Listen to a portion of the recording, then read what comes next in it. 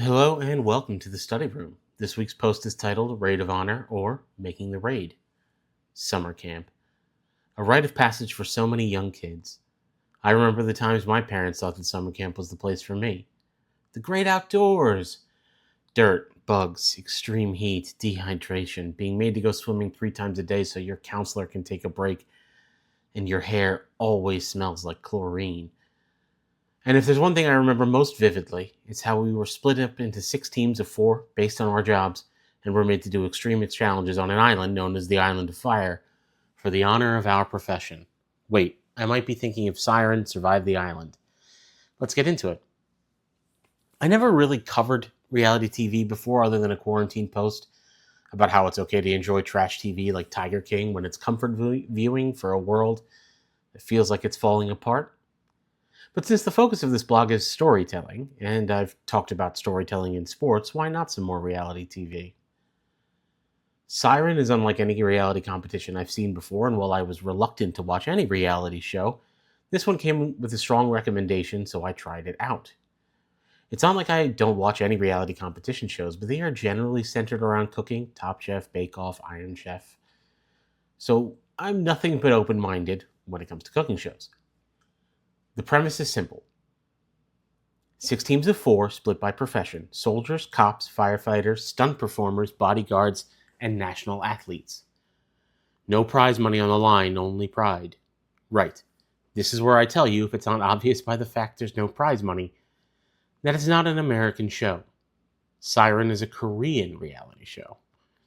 And all the contestants are women. If there's even a fleeting moment of doubt about the intensity of the show in your mind, banish it now. Siren makes Survivor look like a high tea service with caviar and finger sandwiches by comparison.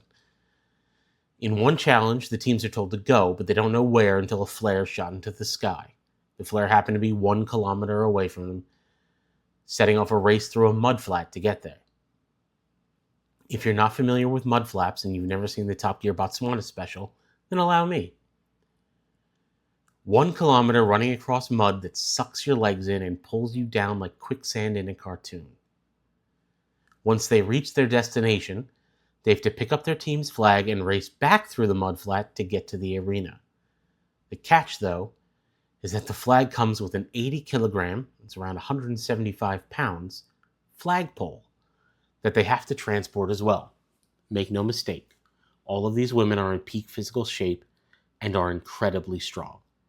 And this challenge saw them reaching their limit, breaking down in the mud flat, collapsing under the literal weight of the flagpole and the extreme exertion of the challenge. And this was the first challenge.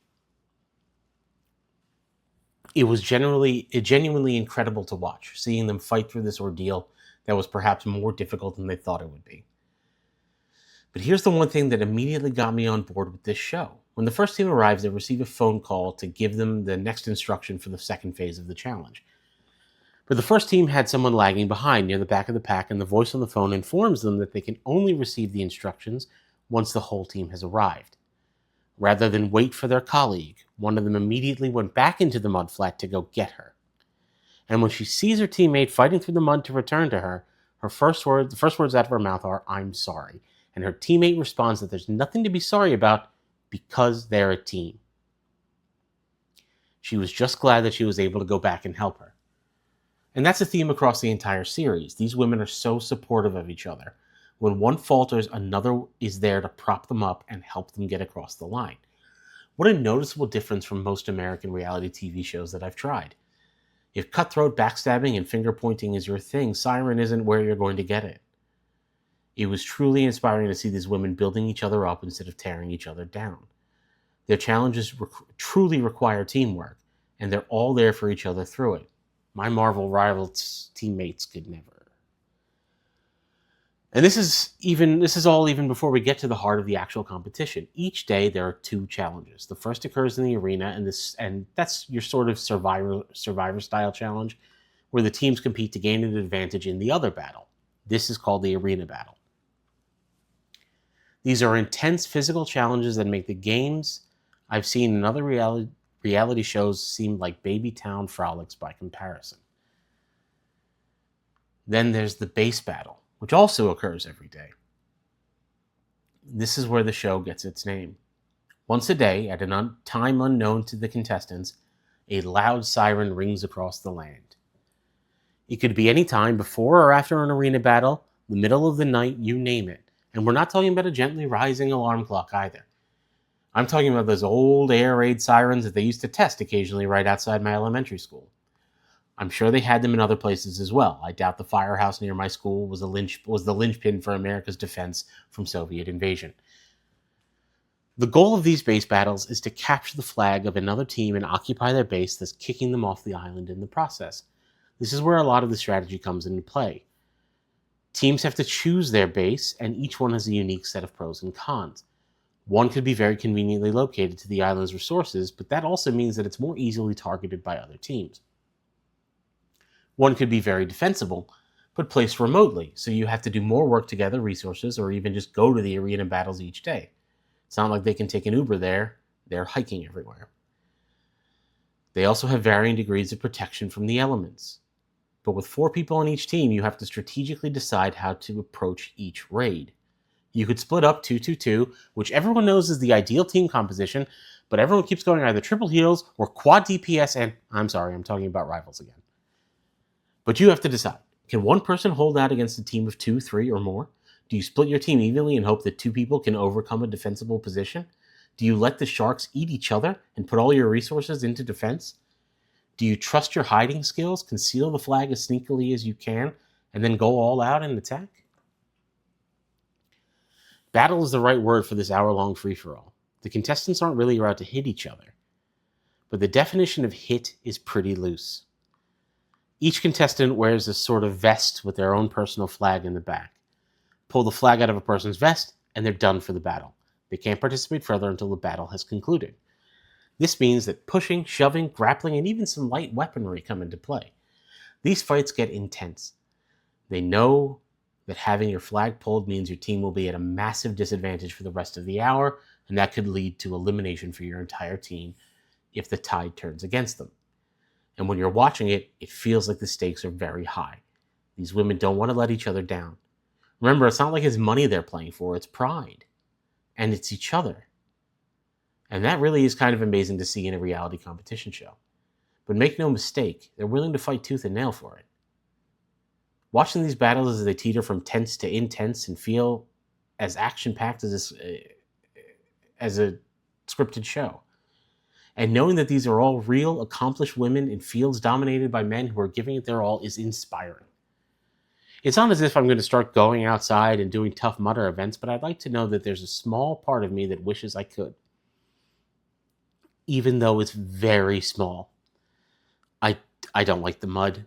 I don't like getting wet or dirty, and mud is wet dirt. It's not for me. One of the things that I love about this show is how it's presented. No overbearing, obnoxious, Seacrestian host to reiterate what's going on. No manufactured drama, no social manipulation. The politicking is gone because it's performance that justifies your spot on the island, not shaky alliances and calculated treachery. Just a set of contestants playing the game. It's crazy to me how much better other countries do reality competition shows. Sure, there's the Great British Bake Off / baking show, depending on what country you're watching it in. But Korea seems to be doing this stuff really right.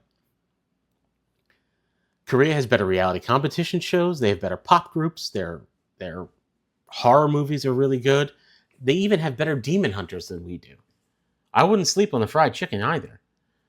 But in the meantime, Korea, please do a version of Ultimate Tag that doesn't involve JJ Watt or any of his brothers. That concept has so much potential.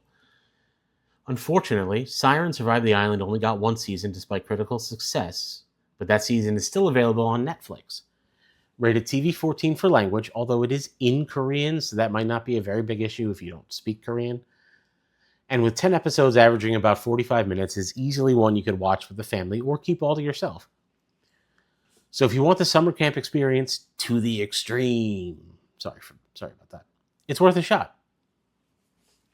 Just as a side note, if you're celebrating the holiday here in the US, have a fun and safe weekend.